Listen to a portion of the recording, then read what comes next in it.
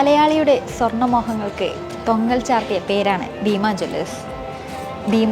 ഭീമയുടെ സ്വർണവും കുസൃതി പയ്യനും മലയാളിയുടെ മനസ്സിൽ ചിരകാല പ്രതിഷ്ഠ നേടിയിട്ട് കാലമേറെയായി. 100 വർഷം പിന്നിടുന്ന ഭീമയ്ക്ക് വിശ്വാസവും പരിശുദ്ധിയുമാണ് മുഖമുദ്രകൾ. കേരളത്തിൽ നിന്ന് തുടങ്ങി ഇന്ന് രാജ്യം മുഴുവനും വിദേശ രാജ്യങ്ങളിലും 100-ലധികം ഷോറൂമുകൾ ഭീമയ്ക്കുണ്ട്. സ്നേഹം പോലെ പരിശുദ്ധം എന്നത് ഭീമയുടെ വെറുമൊരു പരസ്യവാചകമല്ല, ഭീമ കുടുംബത്തിൻ്റെ സത്യസന്ധത കൂടിയാണ്.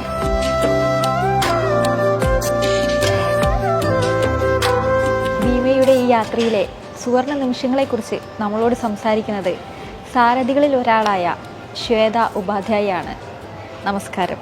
സിൻസ് 1925 മലയാളികൾക്കിടയിലെ ഏറ്റവും കേട്ടിട്ടുള്ളൊരു പേരാണ് ഭീമ. അപ്പോൾ കുട്ടിക്കാലം മുതലേ ഈ ഒരു പേരും ഇതിൻ്റെ ചരിത്രമൊക്കെ അറിഞ്ഞിട്ടുണ്ടാവും. അപ്പം എങ്ങനെയായിരുന്നു ഭീമയുടെ ഒരു തുടക്കം?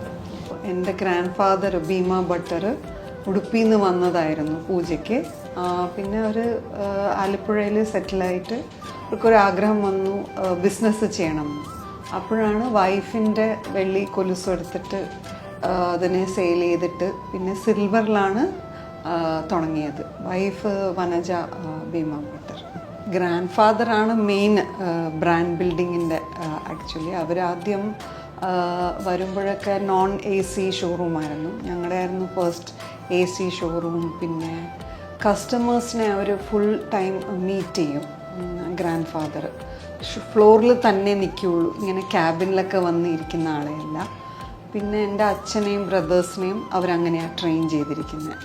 ഷോറൂമിൽ കസ്റ്റമറിൽ വന്ന് വെയിറ്റ് ചെയ്യൂ, അവരുടെ കംപ്ലയിൻറ്റ്സ് കേൾക്കണം, അപ്പോഴേ ഞങ്ങൾക്ക് ഇമ്പ്രൂവ് ചെയ്യാൻ കഴിയുള്ളൂ.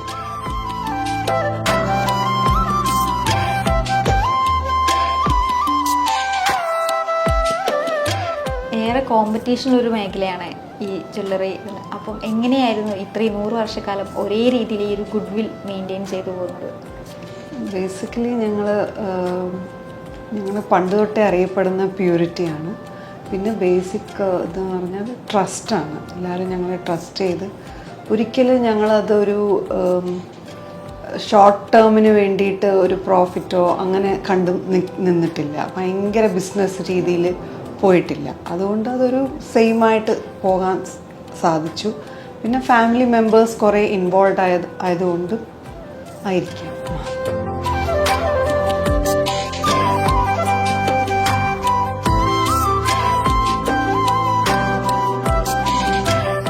സാധാരണ ഫാമിലി ബിസിനസ് ആകുമ്പം പുറത്തുനിന്നുള്ളവർ കരുതുന്നത് എളുപ്പമാണ് എൻട്രി എന്നാണ്. ഭീമ എന്നുള്ളൊരു വലിയ ബ്രാൻഡിലോട്ട് ഒരു വുമൺ എന്ന നിലയിൽ ബിസിനസ്സിലോട്ട് ഇറങ്ങുമ്പോൾ എങ്ങനെയായിരുന്നു ആദ്യത്തെ കുറച്ച് ദിവസങ്ങൾ?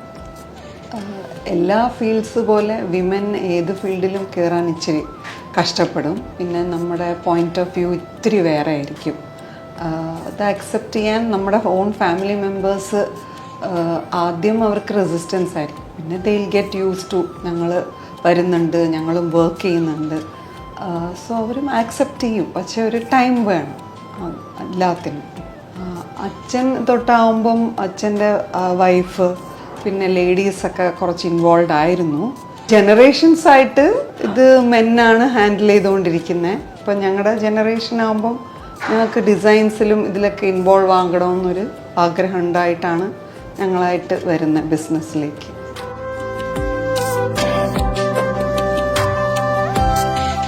ഇപ്പോൾ ഒരുപാട് കോമ്പറ്റീഷനുള്ള മേഖലയാണല്ലോ ഈ സ്വർണ്ണ വ്യാപാരം എന്നുള്ളത്. അപ്പം എങ്ങനെയായി ഈ കസ്റ്റമേഴ്സിൻ്റെ ഇഷ്ടങ്ങളൊക്കെ തിരിച്ചറിയുന്നത്? യൂഷ്വലി ഞങ്ങൾക്കൊരു സ്ട്രെങ്ത്സ് എന്നുണ്ട്. ഞങ്ങളൊരു 100-year-old ബ്രാൻഡ് ആയതുകൊണ്ട് ട്രഡീഷണൽ ഡിസൈൻസാണ് എല്ലാവരും ഞങ്ങളെ അറിയുന്നത്. പിന്നെ ഞങ്ങൾക്കിപ്പോൾ ഇതൊരു ചേഞ്ച് വരുത്തണം എന്ന് പറഞ്ഞിട്ട് കുറച്ചുകൂടെ ട്രെൻഡി അല്ലെങ്കിൽ വെഡ്ഡിങ് ഇതിനൊക്കെ ഞങ്ങൾ കുറച്ച് ആൻറ്റിക്ക് അങ്ങനെയൊക്കെ ഞങ്ങളിപ്പോൾ ചൂസ് ചെയ്യുന്നത്. ഡെഫിനറ്റ്ലി ഞങ്ങളുടെ ബ്രാൻഡിങ് തന്നെയാണ്. ഞങ്ങളെ ട്രസ്റ്റ് ചെയ്യുന്നുണ്ട് ആൾക്കാർ. അതുകൊണ്ട് അതൊരു ഞങ്ങളുടെ വലിയ സ്ട്രെങ്ത്തും കൂടെയാണ്. പിന്നെ കോമ്പറ്റീഷൻ ഞങ്ങൾ സ്റ്റഡി ചെയ്തുകൊണ്ടിരിക്കണം, ഇല്ലെങ്കിൽ അത് ഞങ്ങൾ അറിയുന്നില്ല. പുതിയതായിട്ട് എന്തൊക്കെയാണ് വരുന്നതെന്നും നമ്മൾ സ്റ്റഡി ചെയ്തുകൊണ്ടിരിക്കും. പണ്ടൊക്കെ ഒരുപാട് ആഭരണങ്ങൾ ധരിച്ചിട്ട് കല്യാണത്തിന് ഒരുങ്ങുക എന്നുള്ള കോൺസെപ്റ്റ് ഭീമയുടെ പരസ്യം തന്നെ അങ്ങനെ ഇതായിരുന്നല്ലോ. പിന്നെ അതിൽ നിന്ന് സ്വിച്ച് ഓൺ ചെയ്തിട്ട് പ്യുവറാസ് ഗോൾഡിലേക്ക് മാറി. അപ്പോൾ ആ ഒരു മാറ്റം പണ്ടൊക്കെ ബ്രൈഡ്സ് ഫുൾ ഇങ്ങനെ ഡെക്ടപ്പ് ആയിട്ടുള്ള ആഡ്സ് ആയിരുന്നു ഞങ്ങളുടെയും. ഇപ്പോഴാണ് എല്ലാവരും കോവിഡ് ടൈമിലാണ് ഒരു ഷിഫ്റ്റ് വന്നത്. ഗോൾഡ് കുറച്ച് നല്ല പീസസ് മതി, അപ്പോൾ അങ്ങനെ ബ്രൈഡ്സിന് ഇഷ്ടമുള്ള ചോയ്സും അവർക്ക് ചൂസ് ചെയ്യാൻ കഴിയുന്നുണ്ട്. പണ്ടൊക്കെ ഡെയിലി വേറെ ബാംഗിൾസ് ആൻഡ് ചെയിൻസ് ഒക്കെ ആയിരുന്നു വന്നത്, യൂഷ്വലി ആൾക്കാർ വാങ്ങുന്നതും. ഇപ്പോൾ യങ്സ്റ്റേഴ്സിന് ഇത്തിരി കൂടെ ട്രെൻഡി ആയിട്ട് വേണം എന്നുള്ളു അങ്ങനെ. സോ അങ്ങനെയൊക്കെ ഞങ്ങൾ കസ്റ്റമേഴ്സിൻ്റെ അടുത്ത് ഇൻവോൾവ് ചെയ്താലേ ചില ചേഞ്ചസ് ഒക്കെ മനസ്സിലാവത്തുള്ളൂ. പണ്ടത്തെ പോലെ ഡിസൈൻസ് ഇപ്പോൾ അക്സെപ്റ്റ് ചെയ്യണമെന്നില്ല. ഞങ്ങളുടെ പെർട്ടിക്കുലർ വെൻഡേഴ്സ് ഉണ്ട്, അത് ഞങ്ങളുടെ ഗ്രൂപ്പിലുള്ള വെൻഡേഴ്സ് തന്നെയാണ്. അവർ ഞങ്ങളുടെ ഡിസൈൻസ്, ചില ഡിസൈൻസ് ഞങ്ങൾ പഴയ ഡിസൈൻസ് ഇപ്പോഴും കീപ്പ് ചെയ്യുമ്പോഴാണ് ആൾക്കാർക്ക് അതിലൊരു ഇൻട്രസ്റ്റ്. ഞാൻ പറഞ്ഞില്ലേ ട്രഡീഷണൽ ഡിസൈൻസ് എന്ന് പറയുന്നത്, അത് കേരള ട്രഡീഷണൽ തന്നെയാണ് ഞങ്ങളുടെ സ്പെഷ്യലൈസേഷൻ. ഇതൊരു വെഡ്ഡിങ്ങിന് ഒരു ട്രഡീഷണൽ ഡിസൈൻസ് എന്ന് പറയുമ്പം ഞങ്ങൾ പണ്ടേ മാനുഫാക്ചർ ചെയ്യുന്ന ആൾക്കാർ ഞങ്ങൾക്ക് വേണ്ടി ചെയ്തു തരുന്നതാണ്. അപ്പം ആ ഡിസൈൻസാണ് ഞങ്ങൾക്ക് പോപ്പുലറായിട്ട് ഉള്ളത്. ഒരു കല്യാണത്തിന് ഒരു വീട്ടിൽ എല്ലാവരുടെ കയ്യിലും കാണുമല്ലോ കാശിമാല, പാലക്ക, അതാണ് സ്റ്റിൽ ഞങ്ങളുടെ സ്ട്രെങ്ത്സ് ആണ്. എൻ്റെ അക്കോർഡിംഗ് അതാണ് മോസ്റ്റ് ബ്യൂട്ടിഫുൾ ഡിസൈൻ. അതൊരിക്കലും ഡിസൈൻ ഔട്ടാവില്ല. പിന്നെ അതെപ്പോഴും വെയർ ചെയ്യാം, ഏത് ഏജിലും വെയർ ചെയ്യാം. ബ്രൈഡ്സ് യൂഷ്വലി വിചാരിക്കുന്നത് ഭയങ്കര ട്രെൻഡിയാന്ന് വിചാരിക്കുന്നില്ല, അവർക്ക് ട്രഡീഷണലും വേണം, പിന്നെ രണ്ടും കൂടെ വേണം. സോ അത് ഒരിക്കലും ഡിസൈൻ ഔട്ടാകാത്ത ഡിസൈൻസാണ് എല്ലാവരും വാങ്ങാൻ ഇഷ്ടപ്പെടുക. സ്വർണത്തിൻ്റെ വില എപ്പോഴും മാറ്റങ്ങളെ അടിസ്ഥാനപ്പെടുത്തിയാണ്. ഇപ്പോൾ മാസങ്ങളായിട്ട് കൂടിക്കൊണ്ടിരിക്കും, ചിലപ്പോൾ താഴും. അപ്പോൾ ഇതൊക്കെ ബിസിനസ്സിലോട്ട് ഇറങ്ങുമ്പോൾ ഇതൊക്കെ ഒരു സ്ത്രീ എന്ന നിലയിൽ ഇതൊക്കെ ബാധിക്കാറുണ്ടോ? ചിലവർക്കിതൊരു നല്ല ഇൻവെസ്റ്റ്മെൻ്റ് ആയിട്ട് തോന്നാറുണ്ട്. ബിക്കോസ് പ്രൈസ് ലോ ഭയങ്കര ആവുന്നില്ല, ഹൈക്കേ ഉള്ളൂ. അപ്പോൾ ഇൻവെസ്റ്റ്മെൻറ്റ് മാറ്റേഴ്സിന് ഗോൾഡ് ഇപ്പോഴും നല്ലൊരു ഓപ്ഷനാണ്. അതിനാണ് നമ്മളിപ്പോൾ ട്രെൻഡി പിന്നെ ലോവർ വെയ്റ്റിലേക്ക് വരുന്നത്. ബിക്കോസ് പ്രൈസ് റൈസ് ചെയ്യുമ്പോൾ എല്ലാവർക്കും അത് അഫോർഡബിൾ ആക്കാൻ വേണ്ടിയിട്ടാണ് 18 ക്യാരറ്റ് അങ്ങനെയൊക്കെ നമ്മളിപ്പോൾ മാനുഫാക്ചർ ചെയ്യുന്നത്. ഞങ്ങൾക്ക് എപ്പോഴും മേക്കിംഗ് ചാർജാണ് എല്ലാവർക്കും ഒരു സബ്ജക്റ്റ്. ഭയങ്കര ഹയർ ആയിരിക്കും ഗോൾഡിന് ഇല്ല, ഞങ്ങൾ ഭയങ്കര ലോ മേക്കിംഗ് ചാർജസും ഉണ്ട്. നമുക്ക് ചെയിനിലാണെങ്കിലും ആൻറ്റിക്കിലാണെങ്കിലും നമ്മൾ ലോവസ്റ്റ് കീപ്പ് ചെയ്യാൻ ട്രൈ ചെയ്യും, എല്ലാവർക്കും അഫോർഡബിളായിട്ട് ട്രൈ ചെയ്യും. പിന്നെ ഹയർ മേക്കിംഗ് ചാർജസ് ഉള്ള ഡിസൈൻസ് ഉണ്ട്, ബട്ട് ലോവറും നിങ്ങൾക്ക് സെലക്ട് ചെയ്യാം. So that depends on the customers taste. ഇപ്പോൾ ഭീമ കാലങ്ങൾക്കനുസരിച്ച് മാറിക്കൊണ്ടിരിക്കുകയാണ്. പരസ്യത്തിലായാലും അതിൻ്റെ ആ ഒരു സ്വിച്ച് ഓൺ എപ്പോഴും മനസ്സിലാവും. അപ്പോൾ ഈ പരസ്യങ്ങളൊക്കെ അതിലൊക്കെ മാഡത്തിൻ്റെ കോൺട്രിബ്യൂഷൻ ഉണ്ടാവാറുണ്ട്? ആക്ച്വലി ലേഡീസ് കുറേയൊക്കെ ഇൻവോൾവ് ആണ് ആഡ്സിൽ.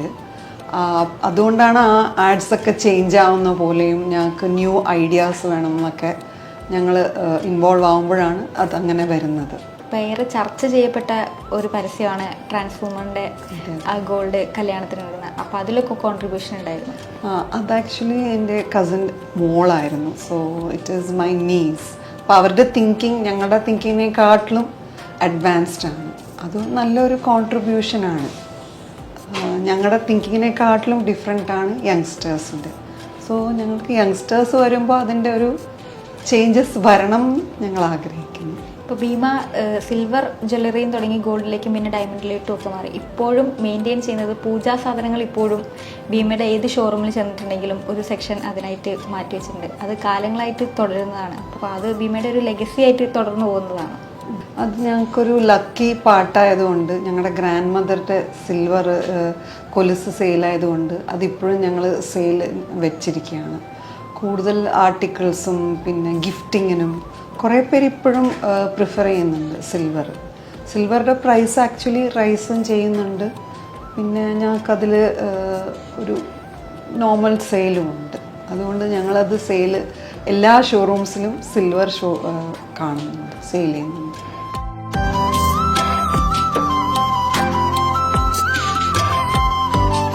വിൽക്കുന്നത് ഗോൾഡ് ആണെങ്കിലും ഓരോ മേഖലയിലും താല്പര്യങ്ങൾ വ്യത്യാസമായിരിക്കും. അപ്പോൾ നാട് മാറുമ്പോൾ ഓരോ ഡിസൈൻസിലും അങ്ങനെ മാറ്റം തോന്നാറുണ്ടോ, കൂടുതൽ വിറ്റഴിക്കപ്പെടുന്നതെന്ന്? അതെ, വയനാട്ടിൽ ഡെഫിനറ്റ്ലി എല്ലാവരും കുറച്ചുകൂടെ സിമ്പിൾ ഡിസൈൻസ് ആണ് പ്രിഫർ ചെയ്യുന്നത്. കാലിക്കറ്റിൽ എപ്പോഴും ഞങ്ങൾക്ക് സിറ്റി ആയതുകൊണ്ട് കുറേ വെളിയിൽ നിന്ന് പോപ്പുലേഷനും വരും, NRIs വരും, അപ്പോൾ അവരുടെ ടേസ്റ്റിനും വെക്കേണ്ടി വരും. സോ ഈച്ച് ഷോറൂമിന് ഞങ്ങൾ അക്കോർഡിംഗ്ലി ആണ് ഡിസൈൻസ് വെക്കുന്നത്. അപ്പോൾ ഈ ഡിസൈൻസൊക്കെ കളക്ട് ചെയ്യുന്നതും അങ്ങനത്തെ കാര്യങ്ങളൊക്കെ മാഡം ശ്രദ്ധിക്കാറുണ്ട്? ഞങ്ങൾ ലേഡീസ് കുറച്ചുകൂടെ ഇൻവോൾവ് ആയിട്ടുണ്ട് ഡിസൈൻ സെലക്ഷനും. പിന്നെ like I said, customer feedback എനിക്ക് ഭയങ്കര ഇഷ്ടമാണ്.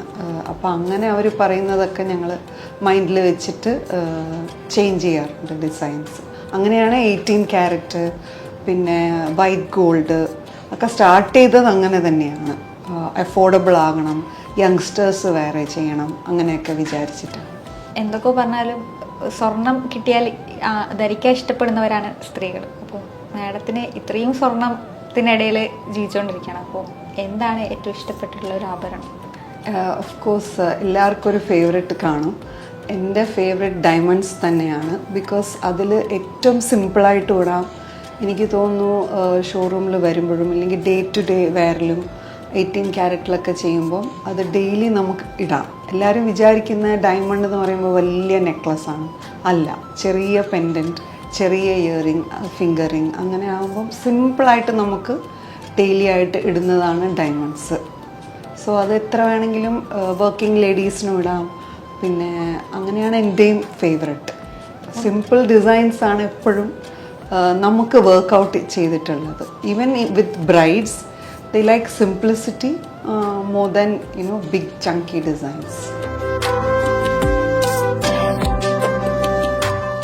7000-ലധികം എംപ്ലോയീസ് ഉള്ള ഒരു വലിയ ബ്രാൻഡാണ് ഭീമ. അപ്പോൾ എങ്ങനെയാണ് ഈ എംപ്ലോയീസുമായിട്ടുള്ള ആ ഒരു സഹകരണവും കാര്യങ്ങളൊക്കെ എങ്ങനെയാണ്? അവർക്ക് കുറേ എൻഗേജ് ചെയ്യാൻ, കുറേ സൺഡേ ആണെങ്കിലും എപ്പോഴാണെങ്കിലും അവർക്കൊരു ഗെയിംസ്, പിന്നെ എംപ്ലോയീസിനെ നമുക്ക് മാനേജ് ചെയ്യാൻ കുറേ ഡിപ്പാർട്ട്മെൻറ്റ്സ് ഒക്കെ ഉണ്ടെങ്കിലും നമ്മളതിൽ ഫുള്ളി ഇൻവോൾവ് ആണ്, ഫാമിലി മെമ്പേഴ്സ് ആണെങ്കിലും. അപ്പോൾ അവർക്ക് കുറേ ഡേയ്സ് ഉണ്ട്, annual day, sports day, tour, അങ്ങനെയൊക്കെ വരുമ്പോൾ അവർക്ക് ഞങ്ങളുടെ അടുത്തൊരു ബോണ്ടിങ് വരണം. എന്നാലേ അവരും ഞങ്ങളുടെ അടുത്ത് നന്നായിട്ട് നിൽക്കുള്ളൂ. കുറേ വർഷമായിട്ട് നിൽക്കുന്ന എംപ്ലോയീസ് ഉണ്ട് ഞങ്ങൾക്ക്. ആദ്യം തൊട്ടേ വന്ന കുറച്ച് എംപ്ലോയീസൊക്കെ ഉണ്ട്. ഇപ്പോൾ സോഷ്യൽ ആക്ടിവിറ്റീസിലാണെങ്കിലും ഭീമ ബ്രാൻഡ് എപ്പോഴും ഉയർന്നു കേൾക്കാറുണ്ട്. അപ്പോൾ അതൊരു ലെഗസിയുടെ ഭാഗമായിട്ട് തുടർന്നു പോകുന്നതാണ്. ഇത് ആക്ച്വലി എൻ്റെ ഗ്രാൻഡ് ഫാദറിന് അങ്ങനെ ഒരു ഇതുണ്ടായിരുന്നു. നമുക്ക് കിട്ടുന്നത് ഒരു പോർഷൻ സൊസൈറ്റിക്ക് കൊടുക്കണം എന്ന് പറഞ്ഞിട്ടാണ് അത് തുടങ്ങിയത്.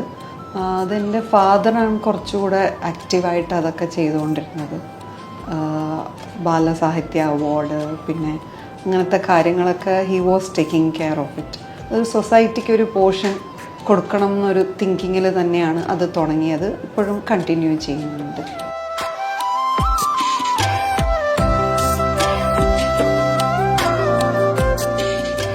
സാധാരണ ഒരു ജ്വല്ലറിയിൽ നമ്മൾ ആഭരണം വാങ്ങാൻ ചെല്ലുവാണെങ്കിൽ നമുക്കത് എടുത്തിരുന്നോ പരിചയപ്പെടുന്നോ കൂടുതൽ പുരുഷന്മാരായിരിക്കും. പക്ഷേ ഭീമയിൽ വരുമ്പോൾ അതിൽ നിന്ന് വ്യത്യാസമുണ്ട്. അതിൻ്റെ ഒരു കാരണം എന്താണ്? ഞങ്ങൾ കൂടുതൽ ഫീമെയിൽ എംപ്ലോയീസിനെ വെക്കാൻ ട്രൈ ചെയ്യുന്നുണ്ട്. പിന്നെ ഞങ്ങളുടെ കാലിക്കറ്റ് ഷോറൂം മാനേജർ ഞങ്ങൾ വുമണായിട്ട് തന്നെ സെലക്ട് ചെയ്തതാണ്. സോ അവർക്ക് ബ്രൈഡ്സിന് ട്രെൻഡും പറഞ്ഞു കൊടുക്കാം, പിന്നെ ആ ഒരു ചേഞ്ചിങ് ഫാഷനൊക്കെ എക്സ്പ്ലെയിൻ ചെയ്യാം. പിന്നെ ഞാനും എൻ്റെ സിസ്റ്ററും എക്സ്പ്ലെയിൻ ചെയ്യുന്നുണ്ട്. അപ്പോൾ കസ്റ്റമേഴ്സിന് കുറച്ചുകൂടെ ഒരു കംഫർട്ടബിളാണ്. കുറേ മെയിൽസ് നമ്മുടെ ഈ ഫീമെയിൽ ഫാഷൻ പറയുമ്പോൾ എല്ലാവർക്കും അത് ഇഷ്ടപ്പെടണമെന്നില്ല. ഫീമെയിൽസ് വന്ന് ഡീൽ ചെയ്യുമ്പോൾ ബ്രൈഡ്സിന് കുറച്ചുകൂടെ ഇഷ്ടപ്പെടുന്നുണ്ട്. കാലങ്ങളായിട്ട് മലയാളികൾക്കിടയിൽ കേട്ടുകൊണ്ടിരിക്കുന്ന ഒരു പേരാണ് ഭീമ. അപ്പോൾ ഭീമ കുടുംബത്തിൻ്റെ ഭാഗമായപ്പോഴും അതിന് മുമ്പുള്ള മാറ്റങ്ങൾ എന്തൊക്കെയായിരുന്നു? ഞാനും അതെ, ചെറിയ കുട്ടിയാകുമ്പോഴേ നമ്മളൊക്കെ കേൾക്കുന്ന ഒരു പേരാണല്ലോ ഭീമ ജ്വല്ലറി. ഭീമ സ്വർണം, പരിശുദ്ധ സ്വർണം എന്നുള്ള ആ ഒരു ടാഗ് ലൈൻ നമ്മൾ എന്നോ കേൾക്കുന്നതാണ്. ഇവിടെ വന്നപ്പോഴാണ് ശരിക്കും അത് പ്രാക്ടിക്കലാക്കി ചെയ്യുന്നുണ്ടെന്ന് മനസ്സിലായത്. ഒരു പ്യൂരിറ്റിയിലോ അല്ലെങ്കിൽ വേറെ വല്ല ഒന്നിലും ഒരു ഒരു ഒന്നും ചെയ്യാതെ വളരെ പരിശുദ്ധമായിട്ട് എല്ലാ കാര്യങ്ങളും ചെയ്യുന്നൊരു കാര്യം ഞാൻ ഇവിടെ വന്നിട്ട് വളരെ എനിക്ക് അത് ആദ്യം നല്ല അത്ഭുതമായിരുന്നു. പക്ഷേ അതിൻ്റെ ഒരു ഭാഗമാവാൻ കഴിഞ്ഞതിലുണ്ടല്ലോ ഭയങ്കര സന്തോഷമാണ്. സാധാരണ സ്വർണം വാങ്ങുന്നതിൽ കൂടുതൽ സ്ത്രീകളാണ്, പക്ഷേ ഒരു ജ്വല്ലറി ചെന്നിട്ടുണ്ടെങ്കിൽ ഷോറൂം മാനേജറായിട്ട് അധികവും പുരുഷന്മാരെയാണ് കാണുന്നത്. അതിൽ നിന്ന് വ്യത്യസ്തമാണ് ഭീമയുടെ ഈ ഷോറൂം. അതെങ്ങനെയാണ് അത് പറയുമ്പോൾ ഉണ്ടല്ലോ ശരിക്കും നല്ല അഭിമാനത്തോടെ ഞാനത് പറയണം കേട്ടോ. എന്താ വെച്ചാൽ ഒരു ഷോറൂം മാനേജേഴ്സിൻ്റെ ഒരു 20 ആളുടെ ഒരു മീറ്റിംഗ് പോവുകയാണെങ്കിൽ അതിൽ ഞാൻ മാത്രമേ ഒരു ലേഡി ഉണ്ടാവുള്ളൂ. പക്ഷെ എൻ്റെ ഒരു പാഷനായിരുന്നു ഗോൾഡുള്ള എല്ലാ ലേഡീസിനുള്ളൊരു പാഷൻ. പക്ഷെ ഇവിടെ വന്നപ്പോഴാണ് നമുക്ക് ലേഡീസിന് പറ്റിയൊരു ഫീൽഡാണിത്. പിന്നെ നമ്മുടെ ആ പാഷനും പിന്നെ ആ ഒരു ഉത്തരവാദിത്വം, പിന്നെ ഭീമയുടെ മാനേജർ എന്ന് പറഞ്ഞിട്ട് നമ്മളെ ഒരാൾ ഇൻട്രൊഡ്യൂസ് ചെയ്യുമ്പം എന്നെ ഒരാൾ പരിചയപ്പെടുത്തുമ്പോൾ കിട്ടുന്ന ഒരു അഭിമാനം, I am really proud of it. Recently നമ്മളുടെ ഒരു ട്രാൻസ്ജെൻഡറിൻ്റെ ഒരു അഡ്വർടൈസ്മെൻറ്റ് വന്നിട്ടുണ്ടായിരുന്നു. ഇവിടെ വന്ന കസ്റ്റമേഴ്സ് ഒരുവിധം കുറേ ആൾക്കാർ എൻ്റെ അടുത്ത് പറഞ്ഞിട്ടുണ്ട്, നിങ്ങൾ ആ ഒരു ചേഞ്ച് കൊണ്ടുവന്നത് വളരെ നന്നായിട്ടുണ്ട്. അപ്പോൾ അത് നമ്മളെ കേൾക്കുമ്പോൾ നമുക്കും അതൊരു അഭിമാനമാണ്. ഈ വക കാര്യങ്ങൾ ചേഞ്ച് കൊണ്ടുവരാന്നുള്ളത് ഭീമ ചെയ്യാം. അതേസമയം ട്രഡീഷണൽ ആയിട്ടുള്ള സാധനങ്ങളിലും ഭീമ അത് വിടാറില്ല. ട്രഡീഷണൽ കാര്യങ്ങൾ ഇപ്പോഴും ട്രഡീഷണൽ ആയിട്ട് തന്നെ മുന്നോട്ട് പോകാനാണ് ഭീമ നോക്കുന്നത്. അപ്പോൾ ഒരു ബ്രാൻഡ് ആകുമ്പോൾ എപ്പോഴും ഒരു ഐക്കോണിക് പ്രോഡക്റ്റ് ഉണ്ടാവും, കൂടുതൽ ആൾക്കാർ ചോദിച്ചു വരുന്നത്. അങ്ങനെ എന്തെങ്കിലും ഭീമയുടേതായിട്ടുള്ള ഉണ്ട്. നമ്മൾ ത്രയംബകം എന്ന് പറഞ്ഞിട്ടൊരു ബ്രേസ്ലെറ്റ് ഉണ്ട്. ആ ബ്രേസ്ലെറ്റ് പിന്നെ ഭീമയിൽ മാത്രം കിട്ടുന്ന ബ്രേസ്ലെറ്റാണ്. അതുപോലെ ഒരു ചെയിനുണ്ട്, അത് ഒക്കെ ഭീമയിൽ മാത്രം കിട്ടുന്ന കുറേ കാര്യങ്ങളുണ്ട്. പിന്നെ നമ്മളുടെ സാധാരണ എല്ലാ സ്ഥലത്തു നിന്നും കിട്ടുന്ന നാഗപടം, പാലയ്ക്ക, അങ്ങനത്തെ പഴയ കേരളത്തിൻ്റെ തനതായിട്ടുള്ള കുറേ ഓർണമെൻറ്റ്സ് ഇല്ലേ, അതിൽ ഭീമ ചെയ്യുന്ന ഫിനിഷിങ് അത് ഭീമയിൽ തന്നെ കിട്ടും.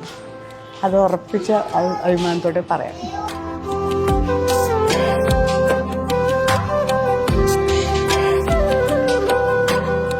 ഇപ്പോൾ ആഭരണങ്ങൾ എന്ന് പറഞ്ഞാൽ കുട്ടികളുടെ കൊലുസ് മുതൽ താലിമാല വരെ ആഭരണമാണ്.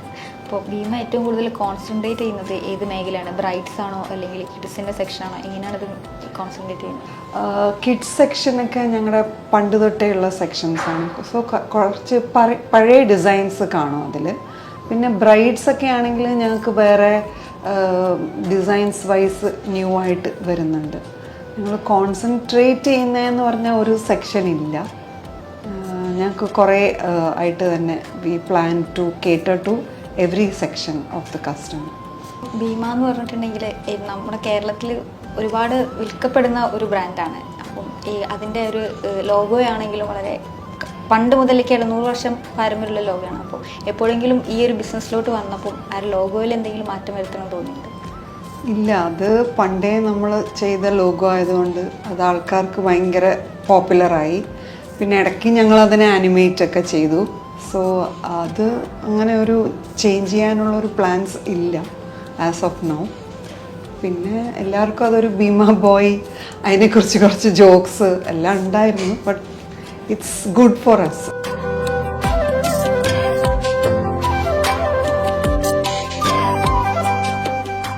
ഭീമ 100 വർഷത്തിൻ്റെ നിറവിലെത്തി നിൽക്കുകയാണ്. 100 വർഷക്കാലത്തെ ഗുഡ് വില്ലും കൂടെ ഉണ്ട്. ഇനി എന്താണ് ഭാവി പരിപാടികൾ?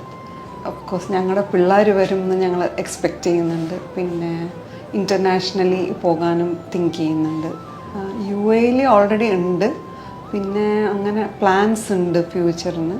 പിന്നെ നോർത്ത് ഇന്ത്യ അങ്ങനെ എക്സ്റ്റെൻഡ് ചെയ്യാനും പ്ലാൻ ഉണ്ട്.